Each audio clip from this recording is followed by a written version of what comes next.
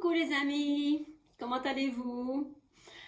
Well, today I am here to respond to some of the comment that was made on social media about how do you get out of the rut, or how do you rediscover yourself? These are questions that I had asked, and I also asked all of you what you really wanted to hear. So I wanted to address this a little bit more than on the blog and putting a comment, because I think it needs a little bit more explanation than just here, 3 sentences.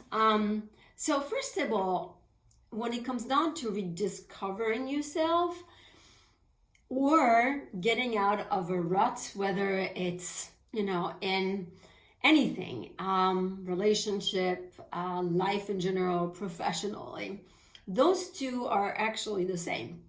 They're the same because they are connected to each other. Often we completely forget about who we are because we get completely elated into someone else's life. So this happens quite a bit to women, especially when we have children, because our life becomes our children's life. We no longer, Fabienne, but we are so-and-so's mom. So this is a really important aspect that happens to a lot of us. And it also happens to men too. They're no longer John, for example. They are so-and-so's dad. So it's not only just with women, but it happens to all of us. And so we get lost into the day-to-day basis. We get lost into our children's life. We get lost into our professional life and what we need to do for work. We get lost maybe in a situation if we have parents that are ill, or if we have any other very close people that are ill, we lose ourselves into that. And you know what? There's no point to feel guilty. That's normal. This is life. It happens. It's just the way it is.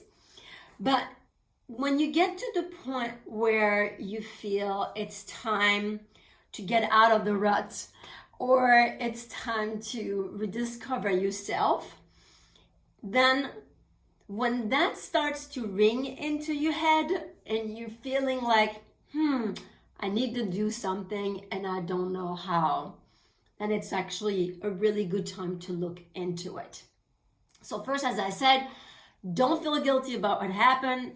Maybe it just was this way and it was meant to be that way. So then you can kind of figure out where you want to go next.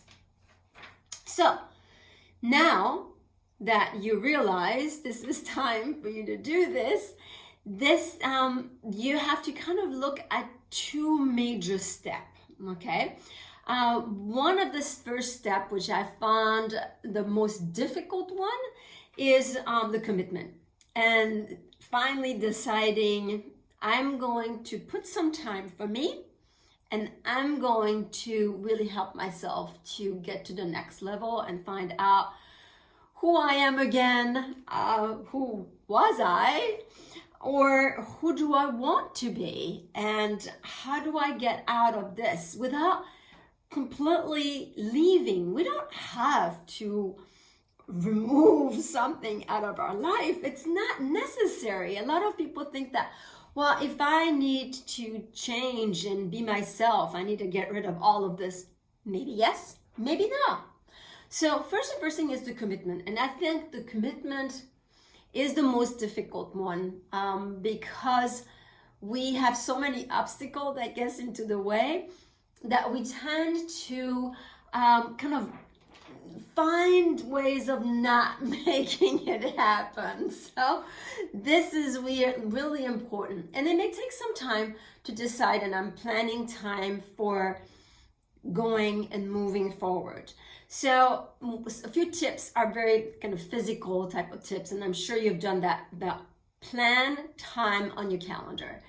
Plan it either in the evening or in weekends. Don't try to plan it during the day. It's not worth it, especially if you're working full-time or if you have to take care of your children full-time. That is not going to help you. So plan time on weekends or in the evening or early in the morning. Or maybe you can do a double element where you go work out and at the same time you kind of create that time for yourself, starting to think and asking yourself some questions. So commitment is huge, huge, huge. Don't feel guilty. Again, that guilt is an obstacle you will find throughout all of this, because you will feel guilty about not doing enough for others. You will feel guilty about not finding time for yourself. So it's really a double sword issue, because guilt will always be there. So that's going to be a little bit of that, I'd say, obstacle will be in play.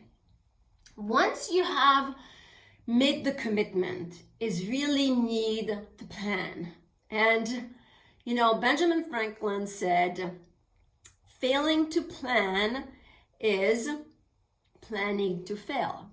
So, yeah, you can have all of this in your head, but if it's not written down somewhere, if you don't have a plan, whether it's a vision board or it could be just a small little journal where you put your information, or just something where you plan and you put some dates on when you want to do it. Because if you don't have due dates, it's like, you know, anything in life, we tend to forget and they sit to the side and we totally forget about doing them. So making sure you have this plan. Now, what's super, super important within the plan is you need to have what I call a buddy.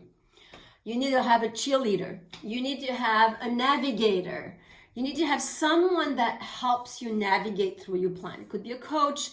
It could be anyone that motivates you, gives you that punch and help you to move forward. Because if you don't have your cheerleaders behind you, I bet you will let it go. So cheerleaders are really important, or a navigator, someone that can be there for you and really help you to navigate through your plan and help you to also move forward within your plan, and maybe make you a little bit accountable and say, hey, this is what we need to do today. So that's really important. So those are the two major steps. What I have found and what I've created with the transformation cycle is a 3-step process within the plan, and it's called regroup, relive, and remotion. And if you want to learn more about that, you're so welcome to contact me. In the future, I will do a little bit more blogs about those. So when you have these 2-step kind of in place, you will notice that you have some enemies that are going to come in play. And the enemy is the guilt. Definitely. The other enemy is anxiety. And the anxiety will probably start at the beginning when you're making the commitment. You get a little bit anxious when you have your plan and you're starting to see that it's coming in play. There's a little bit of anxiety. And anxiety is only normal. A lot of people have anxiety. Some people don't, which is great, wonderful, good for you. But again, don't feel bad about this. And if you really have very high anxiety, then it's also time to look for someone that can help you going beyond that anxiety and beyond these things that hold you back. And then the other thing that's going to be one of your enemies, something that I call subconscious diversion.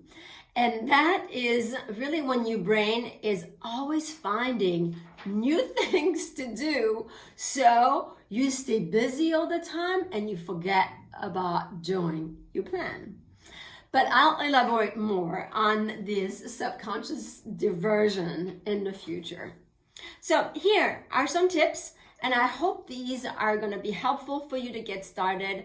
If you want more detail, again, you're welcome to contact me via the social media channel or the website. It's always wonderful to hear from you. So I wish you a great day, and I'll see you very soon. Bye bye. À bientôt. Au revoir.